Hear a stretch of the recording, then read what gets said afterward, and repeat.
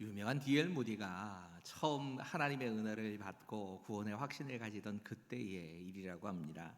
거듭난 후에 하나님 앞에 온전하게 헌신하겠습니다. 온전히 살기를 원합니다. 거룩한 삶 살겠습니다. 결단을 했는데 안 사라지는 겁니다. 문제는 그렇게 사라지질 않는 겁니다. 굉장히 당황했답니다. 당연히 내가 이런 은혜를 받았다면, 이 구원의 감격이 있다면 당연히 거룩한 삶을 살 수 있을 줄 알았는데 못 사는 겁니다. 그래서 이래서는 안 되겠다 생각하고 산기도를 시작했답니다. 산속에 들어가서 하나님께 부르짖으면서 계속 기도를 하다가 기도하는 가운데 진짜 큰 은혜를 한번 체험하게 된답니다. 그래서 이제 나 됐겠다 생각을 하고 다시 자기가 살던 자리로 돌아와 가지고 그리고 그 말씀 붙잡고 살아보려고 하는데 한 달쯤 지났는데 다시 흔들린 겁니다. 한 달은 못 간 겁니다. 이게 어떻게 하면 좋은가 생각을 해서 이게 혼자는 안 되는구나. 내가 나 혼자서 이렇게 믿음으로 살려고 한다고 해서 되는 일이 아닌가 보다 생각을 하고 부흥회를 쫓아다녔답니다.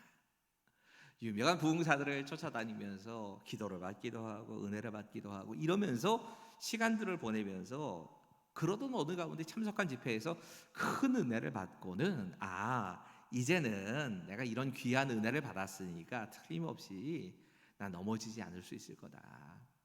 거룩한 삶, 하나님이 원하시는 그런 삶을 살 수 있을 거야 라고 생각하고 젊은 날에 이 무디가 생각을 했는데 한 2주 지나니까 자기가 도로 그 자리를 가 있더랍니다. 또 다시 죄를 짓기도 하고 또 다시 이게 안 되는 겁니다. 너무 큰 낙심이 되는데 이 부흥회를 다 쫓아다녀봐도 산기도를 다녀봐도 내가 하나님 앞에 거룩하게 살지 못한다고 하는 게 너무너무 괴로워서 스스로 이렇게 생각을 들더랍니다. 내가 버림받은 자가 아닌가. 오늘 본문은 이 상황, 마치 내가 씨 뿌린 자가 씨를 뿌렸을 때 길가와 같은 밭이어서 그 말씀의 씨가 자라지 않고 있는 거 아닌가. 내게 분명히 하나님 말씀이 떨어졌는데 왜 안 자라지? 왜 열매를 안 맺지? 이것 때문에 이런 생각까지 간 겁니다. 그러면서도 하나님 앞에 떠날 생각은 안 했기 때문에 하나님께 답을 찾으려고 애를 쓰다가 그가 만나게 된 말씀이 로마서 10장 17절이었습니다. 그러므로 믿음은 들음에서 나오며 들음은 그리스도의 말씀으로 말미암았느니라. 내가 다른 것 아니라 하나님의 말씀 앞에 살아야 하는구나. 이래야 내가 하나님과 동행하는 삶을 살 수 있구나. 오늘 처음 부르신 찬양이 그런 찬양인 거 아십니까? 우리가 영원한 삶을 산다고 하는데 영원한 삶의 출발은 영생이라고 하는 건 이 땅에서 살면서 하나님과 동행하는 삶입니다. 이게 영생의 출발입니다. 그 영생의 출발이 사실은 하나님의 말씀과 함께 동행하는 삶이라고 하는 걸 알게 된 겁니다.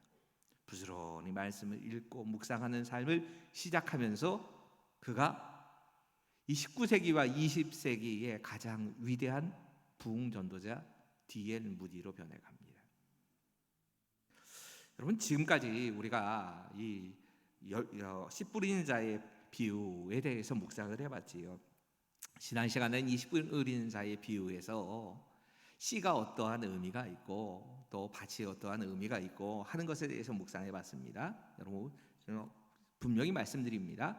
이 본문에서는 이 씨앗이 하나님의 말씀이 맞습니다.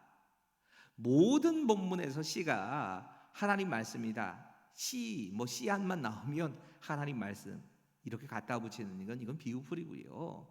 이건 잘못된 해석입니다. 분명히 잘못된 해석이 맞습니다. 근데 오늘 본문에서 씨앗은 분명히 하나님 말씀이 맞습니다.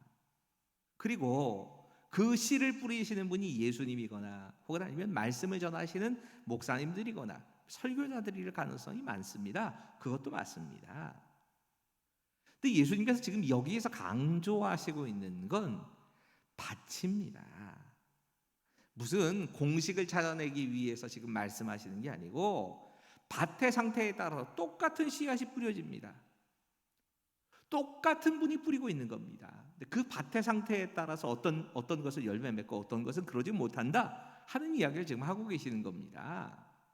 우리의 마음밭의 상태에 따라서 분명히 하나님의 말씀을 똑같이 듣지만 그 말씀이 열매 맺기도 하고 맺지 못하기도 한다는 얘기를 하시는 겁니다. 제일 먼저 말씀하고 있는 건 길바닥과 같은 밭이 있다고 말씀드렸지요.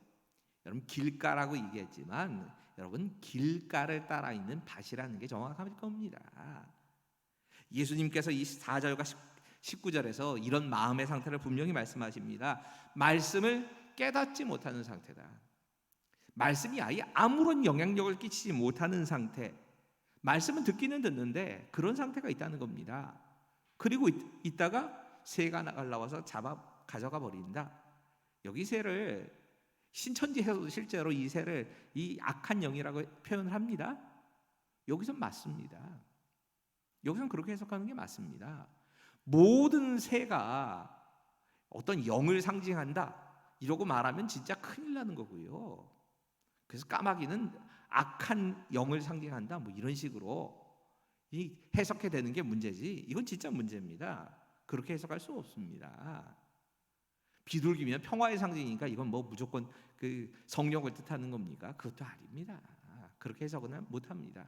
하지만 여기서는 악한 자가 와서 그 말씀의 씨앗을 가져가 버렸다.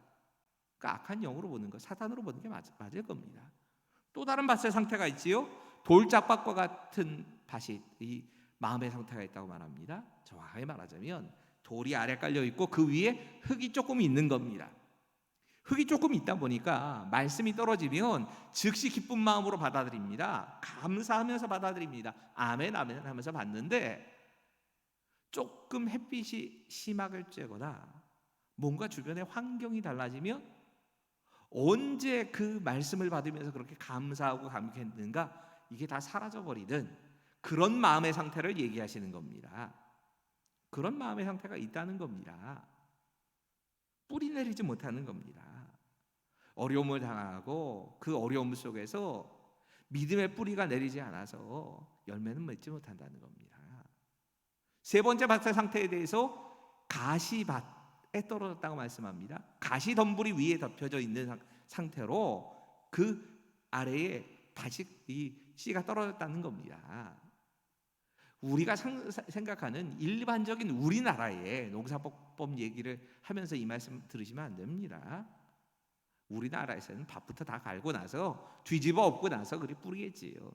이스라엘에는 이런 방법으로 실제로 씨를 뿌리곤 했습니다. 이 가시밭에 떨어져 있는 것은 잘 자랍니다. 자라다가 그 가시를 만나서 더 이상 자라지 못하고 거기서 멈춰버리는 겁니다. 예수님이 설명하십니다. 여러분 예수님의 설명이 맞는 거지 우리가 가시가 뭐냐를 따지는 게 중요한 게 아닙니다. 예수님 분명히 말씀하십니다. 세상의 염려와 재리의 유혹과 여러 가지 욕심 때문에 그 믿음이 자라지 못하고 열매 맺지 못한다. 이렇게 말씀하신 겁니다. 예수님이 이렇게 말씀하셨으면 이게 맞는 거지요. 마지막으로 등장하고 있는 게 30배, 60배, 100배의 밭을 열매를 맺고 있는 옥토와 같은 밭입니다. 다른 그 성경에서는 성경학자들이 어떻게 해석하는가 궁금해가지고 좀 읽어봤더니 초대교회 교부들서부터 이걸 마음의 밭으로 해석을 합니다. 특별히 이 길가와 같은 밭에 대해서 이야기를 하면서 초대 교부들은 알고 있었더라고요. 이게 밭은 밭인데 원래 씨를 뿌릴 수 있는 밭인데 사람들이 자꾸 지나가면서 길처럼 되어버린 그래서 단단하게 굳어져 버린 그런 밭, 이런 밭이라고 설명을 하고 있는 걸 봤습니다. 여러분 사실 길가와 같은 밭에는 듣기는 들어도 깨닫지는 못합니다. 완전히 굳어버려서 하나님의 말씀이 침투할 가능성이 없습니다. 성경적으로 얘기하면 이걸 강팍하게 내버려 두셨다. 하나님께서 그냥 버려두신 겁니다. 이런 상태의 밭이 열매를 맺는다고 하는 건 불가능한 얘기입니다. 이 밭에 대해서는 우리가 뭐 어떻게 할 수 없습니다. 하나님이 깨트리시지 않으면 이 밭은 어떻게 뭐 손을 대볼 방법이 없습니다. 또 반대로 30배, 60배, 100배의 열매를 맺고 있는 밭은 이미 열매를 맺고 있습니다. 열매 맺는 밭에 대해서 뭐 변화나 이런 게 필요한 게 아닙니다. 중요한 건, 우리가 생각해 봐야 되는 건 돌짝밭, 아니 그 위에는 흙이 덮여 있고 아래는 돌이 있는 이런 밭, 이런 밭이 어떻게 열매 맺는 상태로 변해가는가? 하나님이 어떻게 하시고 우리가 어떤 그 과정을 통해서 이 밭이 옥토가 되어가는가? 이걸 찾아가야 되는 거고요. 또 하나 생각해 봐야 되는 건 가시덤불에 뿌려진 밭입니다. 이 밭이 어떻게 열매 맺을 수 있을까? 열매 맺는 밭이 될 수 있는가? 우리 관심은 여기다 두고 가야 되는 겁니다. 먼저 생각해 봐야 되는 건 흙이 얇은 돌밭, 이런 돌밭이 어떻게 변화될 수 있는가? 흙이 얇은 돌밭, 다시 말씀드립니다. 흙이 얇은 돌밭이라고 하는 건 말씀을 받을 때는 즉시 받지만, 즉시 감사함으로 받지만 자라나지 못하는, 그 밑에 뿌리 내리지 못하는 그런 밭을 얘기합니다. 그리고 예수님 분명히 설명하십니다. 이들은 고난을 당할 때에, 햇빛이 내리쬐고 고난이 찾아오면 열매를 맺지 못하고 말라 죽어버린다. 이럴 때 예수님께서 어떻게 바꾸어 가시는지, 하나님이 이 밭을 다루십니다. 여러분, 조금 다릅니다. 제가 초점을 다르게 할 겁니다. 분명히 이 돌짝밭에 대해서는 하나님이 다루어 가십니다. 반면에 가시덤불에 뿌려진 밭, 저는 이건 제가 적용한다면 이건 우리가 그 밭에 마음밭을 바꿔야 되는, 이렇게 적용을 해가려고 합니다. 그러면 하나님께서는 돌짝밭, 그 위에 흙은 깔려 있지만 아래는 돌이 있는 그런 밭을 갈아엎으십니다. 어떻게 하시느냐? 제일 먼저는 이겁니다. 같이 한번 읽어보지요. 시작. 자꾸 같은 말씀을 특별한 잘못을 지적하는 설교를 반복해서 듣게 하십니다. 박윤선 목사님의 해석입니다. 우리나라를 대표하시는 아주 유명한 신학자지요. 이분이 이렇게 설명을 합니다. 잘못을 지적하는 날카로운 목사의 설교를 한 번 들어서 안 되면 2번, 3번 반복해서 듣는 것이 유일한 방법입니다. 하나님께서 이런 방법으로 깨뜨리신다는 겁니다. 자꾸 어떤 말씀, 나에게는 거슬리는 말씀입니다. 사실은 내 마음에 찔림을 주는 말씀입니다. 그 말씀들이 계속 들려옵니다. 설교를 통해서 들려오고요, 성경을 읽으면서 자꾸 보입니다. 여러분, 우리가 종종 착각하는 게 있습니다. 내가 예수 믿기 전에는, 성령의 충만함을 입기 이전에는 전혀 꺼리껴지지 않던, 별것 아니다 생각하고 그냥 하던 행동들이 정말 내 안에 성령께서 역사하시면 그때부터는 그게 하면 할수록 찜찜해지고, 그 행동 때문에 내 마음에 불안함이 생기는 이런 상태가 올 때가 있습니다. 간단합니다. 내 안에 다른 영이신 성령이 들어와 사시기 때문에 예전에는 그러지 않았는데 내 속에서부터 지금 갈등이, 하나님이 세우신 이 목표 때문에, 그 하나님의 기준 때문에 자꾸 갈등이 생기는 겁니다. 고통받지 않았는데, 이런 것 때문에 내가 내부에서 갈등이 없었는데 자꾸 마음에 괴롭고 힘들어진다. 이걸 영적인 민감함이라고 얘기를 합니다. 성령께서 내 마음에 그렇게 갈등을 주시는 겁니다. 여러분, 이럴 때에 오히려 우린 감사해야 합니다. 내가 아직 죽지 않았다는 얘기입니다. 근데 반대일 때도 있습니다. 이런 시간들이 자꾸 흘러가다가 어느 때쯤 되어가면 내가 어떤 행동을 반복적으로 보통 할 때 일어나지, 반복적으로 계속 어떤 성령께서 싫어하시는 일이다 생각되는 일을 하는데도 내 마음에 꺼리낌이 없어집니다. 굳어가고 있는 겁니다. 여러분, 길가나 여기 돌짝밭이나 옥토가 사실 거의 같은 공간에 있는 겁니다. 옥토와 같은 상태를 어떻게 생각한다면, 정말 하나님께서 내 안에 찾아오셔서, 성령께서 내 안에 찾아오셔서 말랑말랑해진 마음입니다. 예민합니다. 이래서 안 되는데 하는 마음이 계속 생깁니다. 자꾸 무뎌져 갑니다. 처음엔 내가 이래서 안 되지 하는 마음에서부터 출발을 했는데 이것도 계속 반복되다 보면 내가 회개해야 되는데 못하고 지나간다. 죄송하다 해서 마지막에 가면 어떤 상태까지 가냐면 이건 지키지도 못할 말씀인데 하나님이 이런 말씀을 주셔가지고 날 괴롭혀. 그리고 그 단계가 되면 이제 하나님 말씀이 나에게 들어오질 않습니다. 길가가 되어가는 겁니다. 이러기 전에 하나님께서 우리의 마음밭을 갈아엎으실 때는요, 계속 말씀으로 부딪히게 하십니다. 설교를 통해서도 같은 설교가 계속 다른 사람과 똑같이 듣고 있는데 나에게만 그것이 찔림이 돼서 계속 옵니다. 내가 말씀을 읽고 있다면, 말씀을 묵상하거나 읽고 있다면 말씀을 읽고 묵상하는 그 가운데서 또 반복이 되고 또 반복이 됩니다. 하나님께서 우리의 돌짝밭을 바꾸어 가시는 하나님의 방법인 겁니다. 또 다른 방법을 사용하실 때가 있습니다. 같이 읽지요. 시작. 고난을 통해 하나님은 우리를 하나님께 깊이 순종하는 사람으로 만들어 가십니다. 여러분, 고난이 두 가지 작용을 같이 합니다. 고난 때문에 우리가 믿음을 잃어버리는 사람들도 생기고요. 고난을 통과해 가면서 우리의 믿음이 자꾸 순수해집니다. 깨끗하게 변하는 사람들도 있습니다.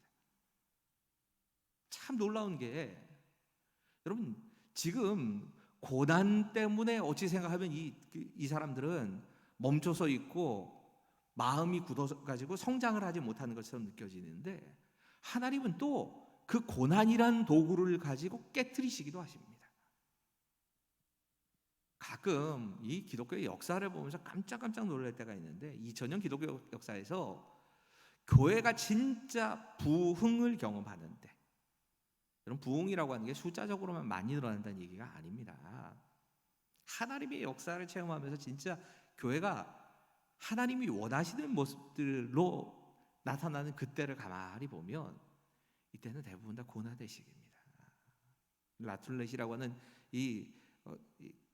세계적인 그 신학자가 이 부분에 대해서 쭉 정리를 해놓은 글을 읽다 보면 그래, 이게 우리가 생각하는 것과 좀 다르구나. 어쩌면 진짜 가라지와 알곡을 구분하시는 걸 이 고난을 통해서 하시는 거 아닌가 하는 생각이 들 때가 있습니다. 여러분, 우리나라 역사도 마찬가지입니다. 우리 역사에 가장 뜨거운 부흥의 시기를 얘기를 할 때 1907년 평양대부운동 얘기합니다. 평양대부운동이 얼마나 뜨겁게 하나님의 역사가 계속 성령의 역사에 일어났는지 어마어마한 변화가 찾아왔습니다. 그래서 전국에 이 성령의 역사가 퍼져나가고 이것 때문에 많은 그리스도인들이 생겼습니다. 그런데 그리고 곧 한일합방이 이루어집니다. 일제가 우리나라의 주권을 뺏어갑니다. 그러면서 주 타겟이 그리스도인들이 됩니다. 언제가 남강 이승훈 선생님께서 이 백오인 사건 때문에 대부분 다 이 소위 말하는 이 독립운동과 관련되어진 대부분의 사건, 일제가 이 조작을 한 사건들도 굉장히 많지만 여기에 타겟은 크리스찬들이었습니다. 그래서 예수 믿는 사람들의 모임을 이거 다 그 독립을 위한 모임이라고 이렇게 몰아붙이면서 계속 이들을 붙잡아다가 고문을 하고 그랬거든요. 남강 이승훈 선생이 이 글을 쓰시는 걸 보면서 진짜 놀랐던 기억이 있습니다. 이분이 차라리 이 고문을 계속 당하더니 내가 그냥 저들이 불러주는 대로 뭐 간통죄를 저질렀다느니 뭐 뭔 소리를 하면서 그냥 그대로 다 쓰고 싶다는 겁니다. 차라리 고문 안 당하고 그러고 싶다. 그런데 내가 예수를 믿고 성령이 내 안에 살아계시다 보니까 거짓말을 못해서 그래서 버티게 된 겁니다. 고문이 늘 그렇게 버텼다는 얘기를 읽으면서 진짜 놀랐던 기억이 있습니다. 여러분, 우리에게 하나님께서 때로는 우리의 밭을 뒤집어 엎으실 때, 우리의 마음밭을 뒤집어 엎으시고 우리의 신앙을 뒤집어 엎으실 때 고난을 사용하십니다. 두 번째, 가시밭과 같은 마음은 어떻게 열매 맺는 밭으로 변화됩니까? 이건 좀 우리의 입장에서, 우리가 할 수 있는 입장에서 이건 좀 적용을 해가려고 합니다. 오늘은 사실은 이건 적용에 치우친 설교입니다.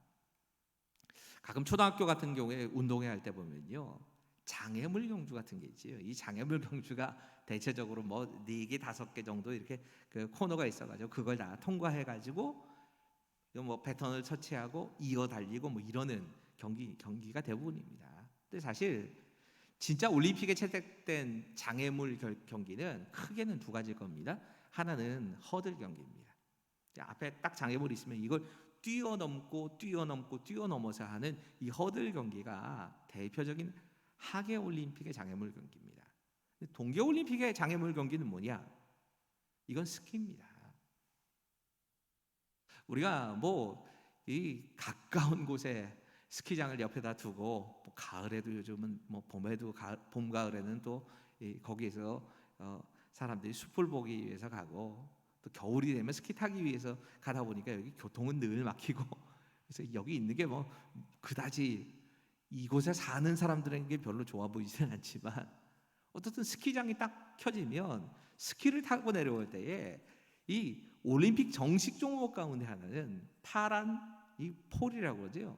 장애물 옆에다 놓고 빨간 폴 놓고 그 이 사이를 통과해서 빠른 스피드로 내려와서 도착하는 이런 경기를 우리가 종종 봅니다. 이런 장애물이 아니고요. 지금 여기서 말하고 있는 장애물이라고 하는 건 우리의 적이 우리를 위해 깔아놓은 장애물입니다. 여러분, 적들이 깔아놓은 장애물이라고 그러면 우리가 쉽게 생각한다면 지뢰 같은 겁니다. 웅덩이 같은 겁니다. 그 웅덩이에다가 막 죽창 같은 거 딱 꽂아놓고 부비트를 갖다 놓고 올가미에 걸려가지고 사람 목이 걸려서 막 대롱대롱 달리게 하고 하는 이런 장애물들이 우리 주변에 깔려 있다는 겁니다. 가시덤불의 사실 의미는 그런 걸 겁니다. 우리가 신앙생활을 하면서 수없이 많은 장애물들이 옵니다. 근데 이 장애물들이 어떤 때는 장애물로 안 느껴지는 장애물들도 있지요. 고난이나 염려와 같은 이런 장애물들은 장애물이라고 느껴지는데 이 가시덤불에 해당되는 게 세상 욕심이나 어떤 경우에는 내가 재리의 이 유혹이나 이런 것들은 장애물로 생각이 안 듭니다. 그럼 이런 걸 만났을 때 우리가 어떻게 돌파해 갈 것인가? 분명히 우리가 달려가는 그 경주가 의의 면류관을 받을 때까지는 이 장애물 경주를 계속 해야 되는 건데 디모데후서 4장 7절 8절에 사도 바울의 말처럼 이렇게 고백해야 하는 겁니다. 나는 선한 싸움 싸우고 나의 달려갈 길을 마치고 믿음을 지켰으니 이제 후로는 나를 위하여 의의 면류관이 예비되었으므로 경주의 마지막에 받을 수 있는 게 면류관입니다. 주 곧 의로우신 재판장이 그날에 내게 주실 것이며 내게만 아니라 주의 나타나심을 사모하는 모든 자에게도니라. 그럼 이건 통과해 가야 되는 겁니다. 이 결승점까지 가려고 하면 장애물은 통과해 가야 합니다. 적용을 3가지로 한번 해봤습니다. 첫 번째는 이렇게 될 겁니다. 정면 승부하는 겁니다. 흔히들 인파이팅, 권투 용어인 거 아시지요? 한 판 딱 붙어보자고 나서는 겁니다. 부딪혀서 싸워야 될 것들이 있습니다. 예를 들면 고난과 같은 것은 부딪혀 싸워야 됩니다. 피할 수만은 없습니다. 정면 승부를 하고 뚫고 나가야 되는 경우가 있습니다. 또 다른 경우도 있습니다. 돌아가야 될 때가 있습니다. 여러분 가끔 이 물과 같은 자세로 시냇물 흘러가다가 이렇게 장애물 만나면 흘러가는 것처럼 절대로 무모하게 거기에 부딪히면 안 되는 그런 장애물들이 있습니다. 이건 대부분 다 유혹입니다. 우린 유혹과 인파이팅에서 맞서 싸워서 못 이깁니다. 요셉이 했던 방법이 정확한 겁니다. 요셉은 그렇게 믿음의 사람이었지만 보디발의 아내가 유혹해 올 때는 겉옷을 내가 뺏기는 한이 있더라도, 내 신분이 뺏기고 내가 무슨 불이익을 당하는 한이 있어도 도망쳐야 한다. 그리고 유혹의 자리에선 도망칩니다. 여러분, 유혹은 돌아가야 합니다. 도망쳐야만 하는 겁니다. 세 번째는 이렇게 이야기를 해야 될 겁니다. 위로 올라가는 겁니다. 삭개오가 보여주는 모습이지요. 삭개오가 장애물을 만나서 예수님 앞에, 예수님 보고 싶고 예수님을 만나야 하는데 장애물이 있으니까 이걸 어떻게 할 방법이 없으니까 뽕나무 위로 올라가 버립니다. 여러분, 사실 우리가 만나고 있는 염려나 또 혹은 아니면 이 욕심과 같은 것이 하나님을 향해서 위로 올라가지 않으면 해결이 안 됩니다. 여러분, 누구나 다 다른 사람과 나를 자꾸 비교합니다. 그리고 다른 사람과 나를 비교하면서 나와 그 다른 사람, 특히나 조금 제일 힘들어하는 게 내 주변에 있는 소위 잘 나간다고 하는 내 친구들이 문제가 될 때가 많지요. 그 사람과 지금 내 믿음으로 살고 있는 내 모습을 비교하면서 내가 초라해 보여서 그때 흔들리는 경우도 굉장히 많습니다. 여러분, 우리는 이 사람들하고 같이 가는 게 아닙니다. 지금 여기서 상대 비교를 할 필요가 없습니다. 우리가 가야 될 곳은 하나님 나라입니다. 하나님이 나를 어떻게 보시는가 합니다. 이거 보지 못하면 주변만 계속 보다 보면 우리는 결국에 유혹에 넘어지고, 우리는 결국에 그것 때문에 결국 여러 가지 장애물에 걸려서 하나님께서 주신 말씀을 간직하지 못하고 그냥 지나가 버립니다. 이런 일들이 우리에게 계속적으로 일어납니다. 물론 한 가지 방법만이 정답이 아니란 얘기입니다. 어떤 때는 정면 승부를 해야 될 때가 있습니다. 어떤 때는 돌아가야 될 때도 있습니다. 어떤 때는 그저 하나님을 향해서 높이 올라가는 것만이 방법일 때가 있습니다. 이걸 분별할 수 있도록 성령의 지혜를 구해야 합니다. 어저께 이 글을 읽다가 영국의 시인인 윌리엄 워즈워드가 쓴 그 글 하나가 소개되어 있는 것, 책에 소개되어 있는 걸 읽게 됐습니다. 이런 얘기를 글로 쓰셨더라고요. 아주 황량한 산 속에 살고 있는 새 한 마리가 어느 날 들판으로 먹이를 잡으러 나갔다가 큰 폭풍을 만나게 됩니다. 이 새는 둥지에서 멀어지지 않기 위해서 둥지를 향해서 자꾸 갑니다.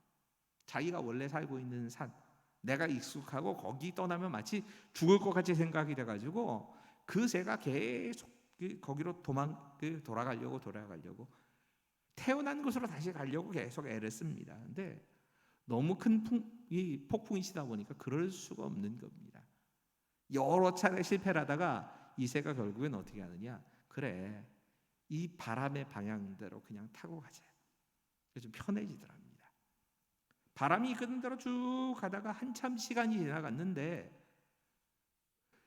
바람이 멈춰섰다 생각되는 그 지점에서 자기가 내려서고 보니까 자기가 지금까지 살고 있던 것과는 비교가 안 되는 정말 푸른 초장과 멋진 수풀이 있는 아름다운 산이 나온 겁니다. 자기가 본래 살고 있던 그 산과는 비교가 안 되는 너무나 아름다운 숲이 그의 눈앞에 펼쳐진 겁니다. 맑은 시냇물이 흐르고 그곳에 먹잇감도 얼마든지 쉽게 있고 이런 곳에서 멈춰서게 된 겁니다. 참 인상적이었는데 이 작은 새는 훨씬 좋은 숲에서 아주 행복하게 살게 되었다. 그리고 글이 끝나는 겁니다. 여러분, 때로는 하나님께서 우리를 다른 곳으로 옮겨가시기 위해서 폭풍 주실 때가 있습니다. 장애물을 허락하실 때도 있습니다. 어떤 경우에는 이 장애물이나 고난을 통해서 하나님이 우리를 성숙하게 만들어 가시고 하나님 사람답게 만들어 가시는 때도 있습니다. 우리가 다 정확한 하나님의 계획은 모른다는 얘기입니다. 근데 분명한 것 하나, 하나님이 정말 내 인생을 인도해 가신다면 나는 지금 다 이해하지 못해도 넘어지지 않고 하나님께서 나를 인도하시는 데를 따라서 움직여 가면 되는 겁니다. 이게 오늘 이 본문의 말씀, 마태복음 13장에 씨 뿌리는 자의 비유를 마무리하면서 우리에게 주신 하나님 말씀입니다. 기도하시지요. 하나님, 씨 뿌리는 자, 우리 주님께서 우리 속에 하나님 말씀의 씨를 뿌리시고 우리를 향하신 하나님의 계획을 보여주시고 하나님 원하시는 대로 우리를 인도해 가실 때 내가 지금 나의 형편과 내 생각, 나의 사정만을 생각하면서 멈춰서 있지 않게 해주시고 온전히 하나님이 나를 인도하시는 그 길을 따라서 계속적으로 움직여가는 하루하루가 될 수 있도록 주님 도와주시옵소서.